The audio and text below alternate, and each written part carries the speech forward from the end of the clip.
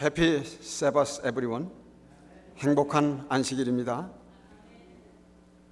주님께서 주의 영으로 예배하는 이 자리에 우리와 함께 하시기를 축원합니다. 오늘 우리 찬양대를 통하여 들려진 이 귀한 찬양을 통해서 우리 하나님께서 분명히 영광을 받으셨을 줄 믿습니다.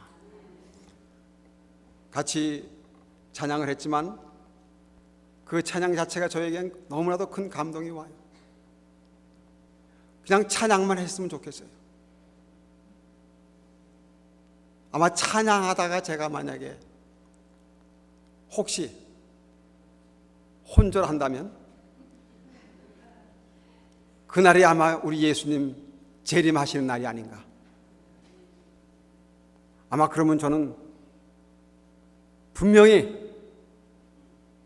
그 구원의 놀라운 그 대열에 참여할 줄 믿습니다. 이것이 우리의 소망이 아닙니까? 이것이 우리가 바라는 기대가 아닙니까? 오늘 그 기대를 가지고 이 주님의 날에 이 자리에 나오신 줄 믿습니다. 잠깐 우리 기도하십시다. 감사하신 살아계신 저희들의 아버지 하나님, 지극히 부족한 소자를 세우셨사오니 이제 주의 성령께서 역사하심을 통하여 준비된 그 말씀을 온전히 증거할 수 있도록 인도하여 주시옵소서. 예수님의 이름으로 기도드립니다. 아멘. 오늘 제가 준비한 말씀의 그 제목은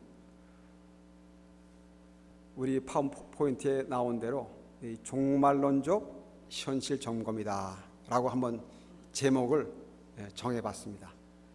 종말론적 현실 점검. 사실 제가 그 어렸을 적에 그 학창 시절을 보내면서 가장 많이 들었던 우리 재림교단에서 가장 많이 들었던 그 설교의 내용 중에 하나가 이 종말론적인 그러한 그 설교였어요. 아마 오랫동안 우리 교단에 몸담으셨던 분들은 아마 기억하실 겁니다. 물론 그것이 저에게 주는 그 때로는 그 감동과 충격이 있었습니다. 그런데 언제부턴가 제가 그 이 종말론적인 그 이 설교에 대한 그 흥미를 좀 잃기 시작했어요. 어떻게 보면 이 그 말씀이 물론 경고의 어떤 그 기별이 담겨 있지만은 상당히 이 경고적인 그런 그 말씀에 치우치는 경향 속에서 그 뭔가 한 구석이 이렇게 헛헛한 말씀을 듣고 나면, 그리고 오히려 이 죄된 의식이 더 이렇게 내 마음 속에서 이렇게 강하게 올라오는 뭐 그런 것들이 이렇게 시비돼 가지고 이 종말론적인 그 이 말씀을 제가 별로 이렇게 썩 좋아하지 않았습니다. 사실은 또 그런 설교를 갖다 이렇게 그 내용을 이렇게 별로 이렇게 좋아하지 않았는데, 그래서 한번 참 우스운 얘기가 하나 있는 게 뭐냐면, 그 학창 시절을 같이 보낸 친구가 있었는데 그 집안이 믿는 집안이 아니에요. 완전히 믿는 거하고는 거리가 먼 집안이었어요, 그 친구가. 근데 하루는 그 친구하고 같이 잠을 자게 됐어요. 잠을 자게 되는데 전혀 생각지도 않은 그러한 질문을 저에게 던지는 거예요. 이 친구가. 그 저에게 하는 얘기가, 잠자리에 탁 누워가지고 둘이서 이렇게 탁 자는데, 영걸아, 정말 믿지 않으면 유황불에 멸망당하는 거 맞냐? 제가 그 얘기를 듣고 깜짝 놀랐어요.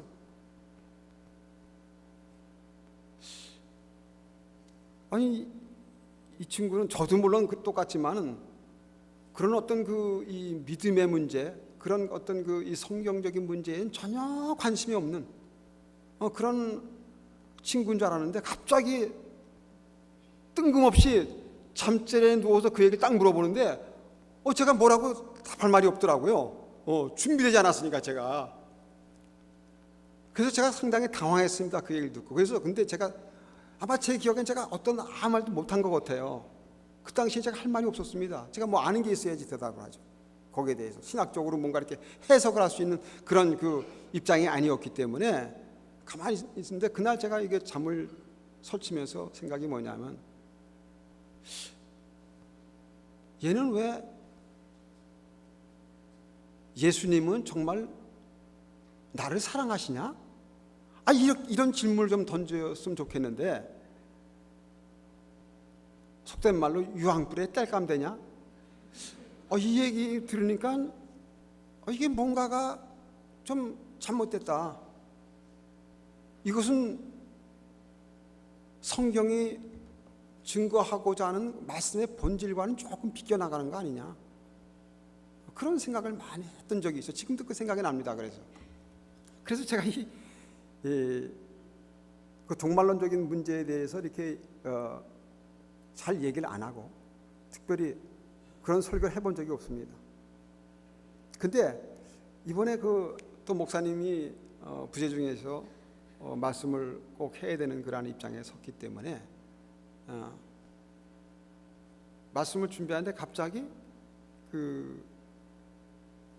이 요한계시록에 있는 이 말씀이 특별히 생각나는데 제가 왜 그러냐면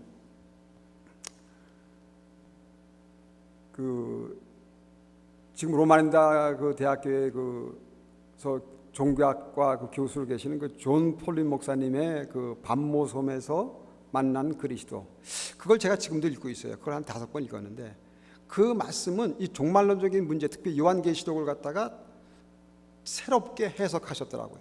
새롭게 정말 복음적으로 해석을 하셔서 그 말씀을 들으면 전혀 없던 제가 그 감동을 느끼고 그래, 우리가 종말론적인 이 계시록의 이 신학적인 해석은 이렇게 해야 되는 것이 맞구나.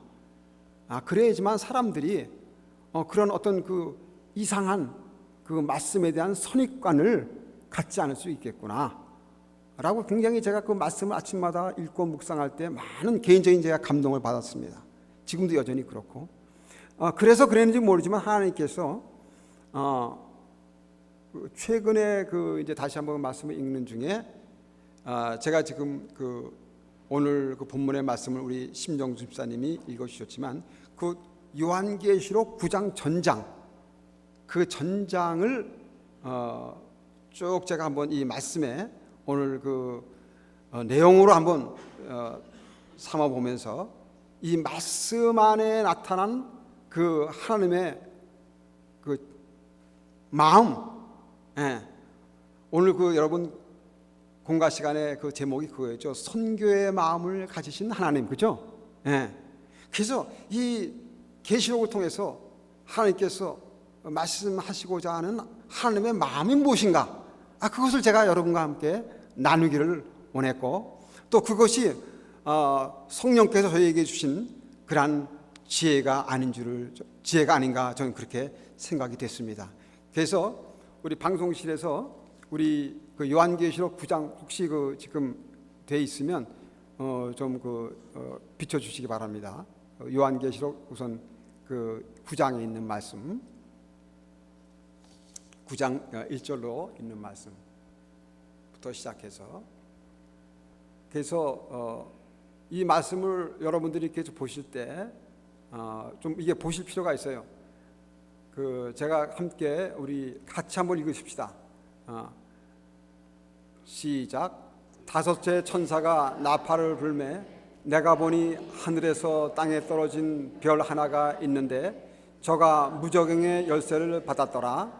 저가 무저갱을 여니 그 구멍에서 큰 풀무의 연기 같은 연기가 올라오매 해와 공기가 그 구멍의 연기로 인하여 어두워지며 또 황충이 연기 가운데로 땅 위에 나오매 저희가 땅에 있는 전갈의 권세와 같은 권세를 받았더라. 저희에게 이르시되 땅에 풀이나 푸른 것이나 각종 수목은 해하지 말고 오직 이마에 하나님의 입맞지 아니한 사람들만 해하라 하시더라. 그러나 그들을 죽이지는 못하게 하시고 5달 동안 괴롭게만 하게 하시는데 그 괴롭게 함은 전갈이 사람을 쏠 때 괴롭게 함과 같더라. 그날에는 사람들이 죽기를 구하여도 얻지 못하고 죽고 싶으나 죽음이 저희를 피하리로다. 황충들의 모양은 전쟁을 위하여 예비한 말들 같고 그 머리에 금 같은 면류관 비슷한 것을 썼으며 그 얼굴은 사람의 얼굴 같고 또 여자의 머리털 같은 머리털이 있고 그 이는 사자의 이 같으며 또 철 흉갑 같은 흉갑이 있고 그 날개들의 소리는 병거와 많은 말들이 전장으로 달려 들어가는 소리 같으며 또 전갈과 같은 꼬리와 쏘는 살이 있어 그 꼬리에는 5달 동안 사람들을 해하는 권세가 있더라. 저희에게 임금이 있으니 무저경의 사자라. 히브리 음으로 이름하면 아바돈이요 헬라 음으로 이름하면 아블론이더라. 첫째 화는 지나갔으나 보라 아직도 이후에 화 둘이 이르리로다. 여섯째 천사가 나팔을 불매 내가 들으니 하나님 앞 금단 내 뿔에서 한 음성이 나서 나팔 가진 여섯째 천사에게 말하기를 큰 강 유브라데에 결박한 네 천사를 놓아주라 하매 네 천사가 놓였으니 그들은 그년 월 일 시에 이르러 사람 3분의 1을 죽이기로 예배한 자들이로다. 마병대의 수는 2만만이니 내가 그들의 수를 들었노라. 이같이 이상한 가운데 그 말들과 그 탄자들을 보니 불빛과 자줏빛과 유황빛 흉갑이 있고 또 말들의 머리는 사자머리 같고 그 잎에서는 불과 연기와 유황이 나오더라. 이 세 재앙 곧 저의 입에서 나오는 불과 연기와 유황을 인하여 사람 3분의 1이 죽임을 당하니라. 이 말들의 힘은 그 입과 그 꼬리에 있으니 그 꼬리는 뱀 같고 또 꼬리에 머리가 있어 이것으로 해하더라. 이 재앙에 죽지 않고 남은 사람들은 그 손으로 행하는 일을 회개치 아니하고 오히려 여러 귀신과 또는 보거나 듣거나 다니거나 하지 못하는 금, 은, 동과 목석에 우상하게 절하고 또 그 살인과 복술과 음행과 도적질을 회개치 아니하더라. 이거 읽는데 한 2, 3분 걸리네요. 근데 제가 굳이 이거를 여러분과 함께 읽은 이유는 여러분들이 이 말씀을 읽으면서 어떤 생각을 하셨어요? 이 말씀을 전장을 잘 읽으면서 어떤 생각이 들었어요? 이 말씀에 어떤 희망이 있습니까? 없습니까? 희망이 있는 것 같아요? 없는 것 같아요? 이 말씀에 어떤 복음적인 요소가 있어요? 없어요? 살리는 것 같아요? 죽이는 것 같아요? 네. 이 요한계시록이 특별히 다 그렇습니다. 이 중간쯤 되면 상당히 아주 어떤 이 종말의 그 클라이막스로 달려갑니다. 그래서 사람들을 갖다 이걸 읽으면서 뭔지도 모르겠지만 뭔가 이 두려움에 가득 차게 하는 그런 이 말씀들이 많이 있어요. 그리고 상당히 상징적인 것들이 많이 있습니다. 오늘도 여기에 보면은 그 황충이 나오고 전갈이 나오고 사자가 나오고 말이 나오고 그렇죠? 예. 이런 그 짐승과 이 곤충의 이름이 막 나옵니다. 그리고 근데 이 곤충이 막 그냥 멸류관 같은 거 썼다 그러고 흉갑을 갖다 흉갑이 뭐예요? 예? 이거 방패입니다. 방패. 이 방패를 갖다 딱 갖추고 그리고 또 이게 이 황충이 아주 한 마리가 아니고 하나가 아니고 여러 마리.